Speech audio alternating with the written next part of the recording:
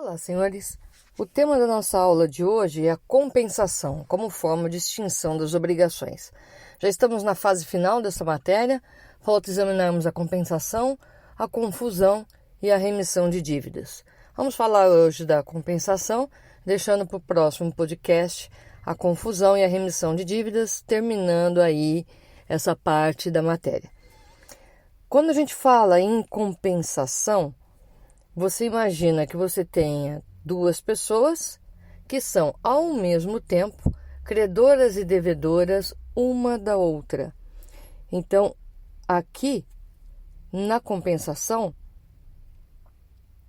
você tem o processo pelo qual, na verdade, não é nem um processo, né? É a extinção das obrigações quando houver essa reciprocidade de crédito e débito entre duas pessoas. Bom, nós temos que essas obrigações, elas devem ter por objeto coisas fungíveis. Então, você só pode fazer compensação de bem fungível. Bem fungível é aquele que pode ser substituível por outro da mesma qualidade e quantidade. Então, é disso que nós estamos falando. E essas dívidas eventualmente existentes, elas têm que estar vencidas, devem ser exigíveis e líquidas. Além disso, para que opere a compensação, não pode haver direito de terceiro sobre as prestações que você pretende efetuar a compensação, tá? Então, uma forma de você extinguir uma obrigação? Sim, você tem um credor, mas ele também é devedor seu. Então, você vai lá e opõe aquilo lá como compensação. Marilena, mas isso daí vai ser total? Não, pode ser total ou parcial, né? Eu tenho um débito contigo de R$600. Eu estou devendo para você e tenho que te pagar R$600. Você tem que me pagar 200. Nós efetuaremos aí uma compensação parcial, porque haverá um resultado final. Um resultado final no qual você fica como credor e eu como devedora de R$400. Então, opera-se uma compensação parcial. Isso só será possível se essas duas dívidas já tiverem sido vencidas, se elas forem líquidas, então a gente já sabe quanto é, né? Então, já está ali determinado a quantia, o quanto ela expressa, e exigíveis. Já pode entrar com a ação? Já. Então, não tem problema nenhum. Atenção para isso, porque ao determinar que as dívidas sejam exigíveis, os senhores têm que tomar cuidado para não efetuarem aí a compensação de débitos prescritos. Tem dívida que já está prescrita. Portanto, você não precisaria apresentar aí para compensar. E nem aceitar como compensação. Só que como a gente fala em direito patrimonial disponível, se o senhor ficar quietinho, vai ser aceita a compensação, porque assim o senhor desejou. Então, tomem cuidado com essa questão. Não se realiza, além disso, a compensação se elas fizerem prejuízo de direito de terceiros. Ou seja, você quer enganar alguém, vai lá, já tem penhora sobre aquele crédito e você vai lá e apresenta aquilo para compensar. Não, não pode. Você tem que, obviamente, se acautelar com relação aos direitos de terceiros. Quando a gente fala em liquidez, não significa só a soma dos respectivos títulos, mas que sejam certos, né? A necessidade de certeza também. E de liquidez dessa dívida. Então, você já sabe quanto é? É como um boleto, gente. Venceu ontem, então está vencido. Você pagou? Não, então você tem um débito. A hora que você jogar o dinheiro ali, você está pagando, atrasado e tudo mais. Poderá ocorrer uma compensação. Você não tem dinheiro para pagar fulano, mas ele também está te devendo. Agora, nessa época de Covid, essas formas de extinção de obrigação, elas vão ganhar um outro significado, senhores, porque o dinheiro não está circulando no mercado. Temos pouco dinheiro e esses débitos ou pouco dinheiro que tem, você vai fazer circular de uma maneira um pouco mais racional, né? Então, portanto, a gente só aplica a regra da compensação se ambos as pessoas envolvidas aí forem credores e devedores também em obrigações principais, né? Não pode ser obrigação acessória.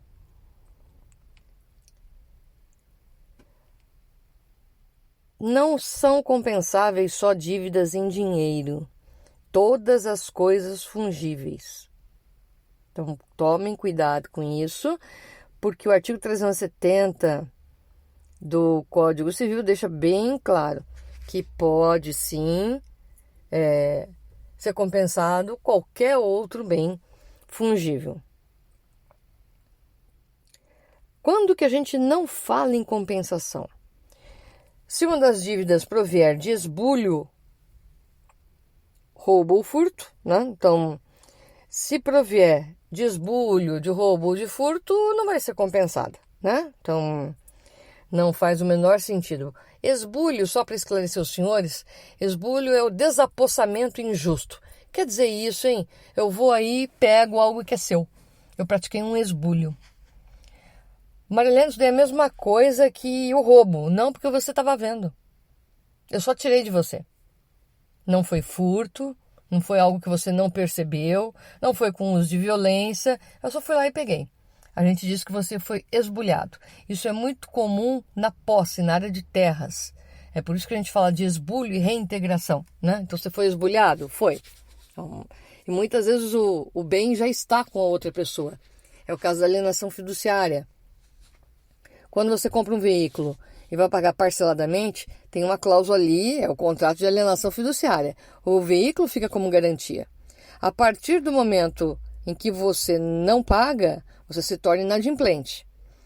O outro pode, portanto, vir e entrar com uma reintegração de posse. Esse patrimônio é meu, devolva. Nesse caso, você não pode falar que teve esbulho. Fui esbulhado. Foi esbulhado, sim, mas o desapossamento não foi injusto. Foi por força de um contrato. Então, toma cuidado para não usar esse termo de forma equivocada. Roubo furto, vocês já conhecem do direito penal. Se uma dessas dívidas se originar de comodato, depósito ou alimentos. Gente, alimentos não se compensam. Então não adianta eu dizer, eu tenho um débito alimentar com fulano de tanto e ele também está me devendo tanto, a gente faz uma compensação. Com alimentos você nunca compensa nada. Está proibido pela lei, tá? E se uma das coisas não for suscetível de penhora, obviamente, você não vai poder, e aí entram os bens de famílias, você não vai poder fazer a compensação. O artigo 368 do Código Civil, ele é claro, se duas pessoas forem ao mesmo tempo credor e devedor, uma da outra, as duas obrigações extinguem-se até onde se compensarem. Por isso que eu falei para os senhores que pode ter a compensação parcial. A compensação, ela só existe numa modalidade? Não. A gente tem a compensação legal ou judicial. A gente tem a compensação convencional, que as partes estabelecem. Então, não está previsto isso, as partes estabelecem. Olha, ocorreu uma compensação. Tem uma compensação que é muito usual e ninguém estabelece nada, que é a própria compensação bancária, né? E tem aquelas que operam de pleno direito porque o juiz assim determina ou porque a lei determina. Tá? Uma compensação que é comum no judiciário é a de honorários. Como você perde parcialmente a demanda e o outro também, existe uma compensação de verba honorária. Olha que bonitinho. Então, se o juiz fixou o pagamento de honorários para um de tanto, para outro de tanto, vai ter ali uma compensação, só um está devendo. Tá? Então, essa compensação de verba honorária, ela é muito comum. Além disso, Marilena, a gente usa a compensação em outras áreas? Sim, gente. A gente tem a compensação mercantil, tem a compensação tributária, tem a compensação na esfera administrativa. Então, os senhores vão usar muito a matéria da compensação. Só que, inclusive para dizer que não cabe, né? Como o pessoal da área tributária adora falar. Mas os senhores vão aprender em todas essas as suas especificidades, sem, no entanto, voltar à origem e à descrição do que seja a compensação. Por isso que eu estou falando para os senhores com maior tranquilidade daquilo que é a compensação, para que os senhores fiquem cientes disso. É um instituto muito simples, né? A compensação é esse instituto simples que determina aí que as partes possam eventualmente fazer essa compensação de valores, seja por uma convenção, eles estabeleceram isso, seja porque a lei determinou, tá? Então, fica aí a informação para vocês da origem, isso daí vem lá do direito romano, da forma como se dá a compensação. Se tiverem alguma dúvida sobre isso, porque é um assunto bem tranquilo para se entender, né? A compensação legal, ela opera de pleno direito e sem interferência das partes. Então, a lei mesmo determina que nesse caso haverá compensação de créditos e débitos. A convencional aí tem origem na autonomia privada, que são as compensações mercantis, que vocês ainda vão aprender. E a compensação judicial é aquela que eu já mencionei para os senhores, tá bom? Então, cuidado com os requisitos. Efetua-se entre dívidas líquidas vencidas e de coisas fungíveis. Só pode compensar com o credor, mas aquilo que dever, mas o fiador pode compensar a dívida que ele tenha. É interessante isso, né? Que você não pode apresentar como compensação débito de outra pessoa, tá? Então, vamos lá. Eu tenho um contrato principal de locação e tenho a minha fiadora. A minha fiadora, ela tem um crédito com um cidadão que eu quero compensar. Mas o que eu tenho a ver com isso? Eu continuo como devedor. Vou ficar devedora dos dois agora? Não posso compensar. Tá? A compensação nesse sentido, ela tem um caráter de personalidade, de direito personalíssimo. Então, você que tem que compensar aquilo que é seu. Podem as partes estipular num contrato, por exemplo, que ele não pode ser objeto de compensação? Pode, gente. Isso é fruto da autonomia privada. A gente aprendeu já algumas coisas sobre os princípios. Então, o princípio da autonomia, ele garante que você estabelece no contrato aquilo que bem entender, desde que não ofenda a moral, os bons costumes e a lei. A lei não proíbe isso. Então, você pode excluir a compensação por cláusula expressa? Pode sim excluir a compensação por cláusula expressa, sem problema nenhum. Acho que eram esses os elementos essenciais para se tratar nesse instituto, lembrando aos senhores que a incidência dele se faz mais presente atualmente em razão da precariedade de circulação do papel moeda e da necessidade das pessoas de terem prestados os serviços sem ter como realizar qualquer tipo de pagamento. Então, vai voltar da ação, como já mencionamos, né? É aquela história, Marília, não tenho dinheiro para te pagar pela prestação de serviço honorário, mas posso pintar o seu escritório. Então, ele está dando aí um serviço, e, de uma certa forma, compensando também aí o débito dele. Vai só compensar se for parcial, tá?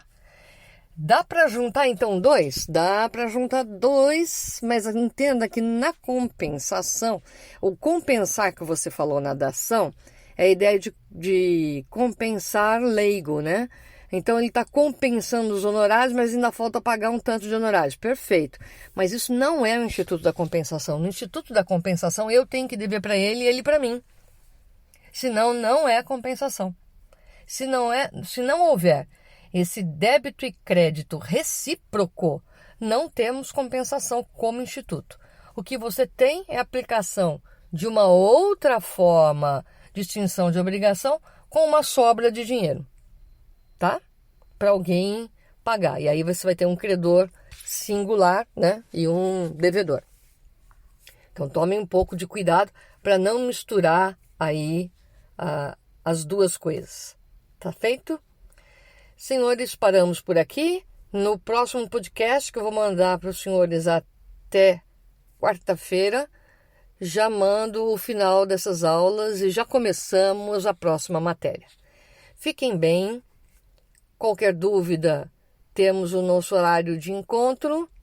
Cuidem-se e abraços virtuais a todos.